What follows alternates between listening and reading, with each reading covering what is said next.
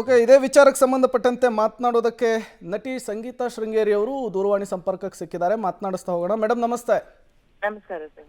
ಈಗ ನಟಿ come model Shafali ಅವರ ಸಾವಿನ ವಿಚಾರ ನಿಮಗೂ ಕೂಡ ಗೊತ್ತಾಯ್ತು ಅನ್ಕೊಂತೀನಿ. ಏನು ಹೇಳ್ತೀರಿ ಈ ಬಗ್ಗೆ ಅಂತ?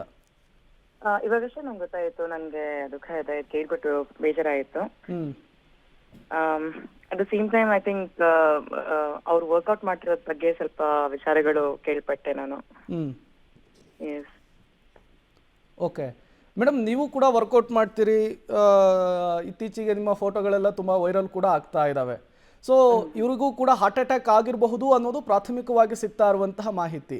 ಈ ಅತಿಯಾದ ವರ್ಕೌಟ್ ಕೂಡ ಈ ರೀತಿ ಹೃದಯ ಸಂಬಂಧಿ ಸಮಸ್ಯೆ ಕಾರಣ ಆಗುತ್ತೆ ಅಂತ ಹೇಳ್ತಾರೆ. ಏನ್ ಹೇಳ್ತೀರಿ ಅಂತ? ಸರ್, ನನಗೆ ಗೊತ್ತಿರೋ ಹಾಗೆ ಫಸ್ಟ್ ಆಫ್ ಆಲ್ ನಾವು ಒಂದು ವರ್ಕೌಟ್ ಶುರು ಮಾಡ್ಬೇಕಿದ್ರೆ ನಾವು ನಮ್ಮ ಒಂದ್ ಕೋಚ್ ಅನ್ನೋದನ್ನ ಇಟ್ಕೊಬೇಕು. First of all first time ಮಾಡ್ತಾ ಇದೀವಿ, ಇದ್ರ ಬಗ್ಗೆ ಜಾಸ್ತಿ ಮಾಹಿತಿ ಇಲ್ಲ ಅಂದಾಗ ಒಂದ್ ಕೋಚ್ ಇಟ್ಕೊಬೇಕು. ಆ ಕೋಚ್ ಮೊದಲನೇದಾಗಿ ಮಾಡೋ ಕೆಲಸ ಏನು ಅಂದ್ರೆ ನಿಮ್ ಬ್ಲಡ್ ಟೆಸ್ಟ್ ತಗೊಂತಾರೆ, ಬ್ಲಡ್ ಟೆಸ್ಟ್ ರಿಪೋರ್ಟ್ ತಗೊಂತಾರೆ. ಆ ಬ್ಲಡ್ ಟೆಸ್ಟ್ ರಿಪೋರ್ಟ್ ಅಲ್ಲಿ ನಿಮ್ ಬಾಡಿಲಿ ಏನೇನ್ ಅವಶ್ಯಕತೆ ಇದೆ, ಏನೇನಿಲ್ಲ ಅನ್ನೋದನ್ನ ಹೇಳ್ತಾರೆ. ಅಂಡ್ ಅದ್ರ ಜೊತೆಗೆ ನಮ್ಮ ಫ್ಯಾಮಿಲಿ ಹಿಸ್ಟ್ರಿಲಿ ಏನಾದ್ರೂ ಹಾರ್ಟ್ ರಿಲೇಟೆಡ್ ಪ್ರಾಬ್ಲಮ್ ಇದೆಯಾ ಅಥವಾ ಯಾವ್ದೇ ತರದ್ದು ಸಮಸ್ಯೆ ಇದ್ರೂ ಕೂಡ ಅದನ್ನ ಕೂಡ ನೋಡ್ತಾರೆ ಅವರು. ಅದ್ರ ಪ್ರಕಾರ ನಿಮಗೆ ಒಂದು ಡಯಟ್ ಆಗಿರ್ಬೋದು, ನಿಮ್ಮ ವರ್ಕೌಟ್ ಪ್ಲಾನ್ ಆಗಿರ್ಬೋದು ಪ್ಲಾನ್ ಮಾಡ್ತಾರೆ.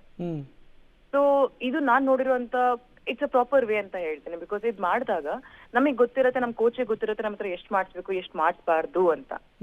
ಇದು ಗೊತ್ತಿಲ್ಲದೆ ಸುಮಾರಷ್ಟು ಜನ ಅಂದ್ರೆ ಡೈರೆಕ್ಟ್ ಆಗಿ ಹೋಗಿ ಜಿಮ್ ಸೇರ್ಕೊಂಡ್ಬಿಟ್ಟು ಏನ್ ಬೇಕೋ ಹಾಗೆ ತಿನ್ಬಿಡೋದು ಅಂತ ಹೇಳಿದ್ರೆ ಅದು ತಪ್ಪಾಗತ್ತೆ. ಬಿಕಾಸ್ ಅದು ಅಫ್ಕೋರ್ಸ್ ಸ್ಟ್ರೆಸ್ ಆಗತ್ತೆ ಹಾರ್ಟಿಗೆ. ಅಂಡ್ ನಮ್ಮ ಹಿಸ್ಟ್ರಿ ಏನು ಗೊತ್ತಿಲ್ಲದೆ, ನಮಗೇನು ಗೊತ್ತಿಲ್ಲದೆ ಯಾರ್ದೋ ಡಯಟ್ ಫಾಲೋ ಮಾಡಕ್ ಹೋದ್ರೆ ಹಾಗಾಗತ್ತೆ, ಚಾನ್ಸಸ್ ಇರ್ತವೆ. ಇಟ್ಸ್ ವೆರಿ ಇಂಪಾರ್ಟೆಂಟ್ ನಮ್ಮ ಫ್ಯಾಮಿಲಿ ಹಿಸ್ಟ್ರಿ ಮತ್ತೆ ಒಂದು ಕೋಚ್ ಇಟ್ಕೊಳ್ಳೋದು, ಮತ್ತೆ ಬ್ಲಡ್ ಟೆಸ್ಟ್ ತಗೊಂಡು ಆಮೇಲೆ ಡಯಟ್ ಮತ್ತೆ ವರ್ಕೌಟ್ ಮಾಡೋದು. ಓಕೆ ಮೇಡಮ್, ಇತ್ತೀಚೆಗೆ ಬೊಜ್ಜನ್ನು ಕರಗಿಸುವುದಕ್ಕೆ ಶಸ್ತ್ರಚಿಕಿತ್ಸೆಗೆ ಒಳಗಾಗೋದಾಗಿರಬಹುದು ಅಥವಾ ವಯಸ್ಸಾಗದೇ ಇರುವ ರೀತಿಯಲ್ಲಿ ಟ್ರೀಟ್ಮೆಂಟನ್ನು ಪಡೆಯೋದಕ್ಕೆ ಮುಂದಾಗೋದಾಗಿರಬಹುದು, ಇವೆಲ್ಲವೂ ಕೂಡ ಈ ರೀತಿಯ ಸಾವಿಗೆ ಕಾರಣ ಆಗುತ್ತೆ ಅಂತ ಕೂಡ ಹೇಳ್ತಾ ಇದ್ದಾರೆ. ನೀವೇನು ಹೇಳ್ತೀರಿ ಈ ಬಗ್ಗೆ ಅಂತ?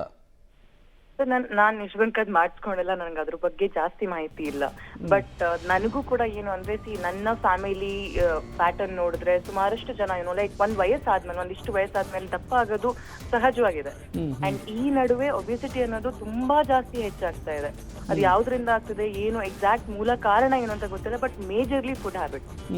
ಸೊ ಒಬಿಸಿಟಿಯಿಂದ ಹಾರ್ಟ್ ಅಟ್ಯಾಕ್ ಆಗ್ತಿರೋದು ಸುಮಾರಷ್ಟು ಇದೆ. ಬಟ್ ಒಬ್ರು ಇಬ್ರು ಅಂದ್ರೆ ತುಂಬಾ ಆಕ್ಟಿವ್ ಆಗಿದ್ಬಿಟ್ಟು ಅವ್ರಿಗೆ ಹಾರ್ಟ್ ಅಟ್ಯಾಕ್ ಆಯ್ತು ಅಂದ್ರೆ ಅದಕ್ಕೆ ಬ್ಲೇಮ್ ಮಾಡ್ತಾರೆ. ಒಂದ್ ಕಾರಣ ಹುಡುಕಕ್ಕೆ ಒಂದ್ ಮೇಜರ್ ರೀಸನ್ ಸಿಗ್ಬಿಡುತ್ತೆ. ಮೋಸ್ಟ್ಲಿ ಜಿಮ್ ಹೋಗ್ತಿದ್ರು ಅದಕ್ಕೆ ಹಾರ್ಟ್ ಅಟ್ಯಾಕ್ ಆಗಿರೋದು ಅನ್ನೋದು ಒಂದು ತುಂಬಾ ಬೇಗ ಬಂದ್ಬಿಡುತ್ತೆ ಮುಂದೆ.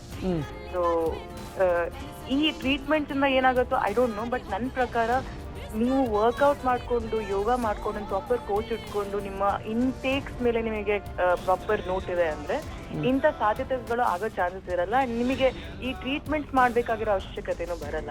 ಒಂದು ಆಕ್ಟಿವ್ ಲೈಫ್ ಸ್ಟೈಲ್, ಒಂದು ರೈಟ್ ಫುಡ್, ಇಷ್ಟು ಸಾಕು ಅನ್ಸುತ್ತೆ ನನ್ನ ಪ್ರಕಾರ. ಇದು ಮಾಡಿದ್ರೆ better. Okay, thank you Sangeetha Sringeri ಅವರೇ, ಇಷ್ಟೊತ್ತು ಪಬ್ಲಿಕ್ ಟಿವಿ ಜೊತೆ ಮಾತನಾಡಿದ್ದಕ್ಕಾಗಿ.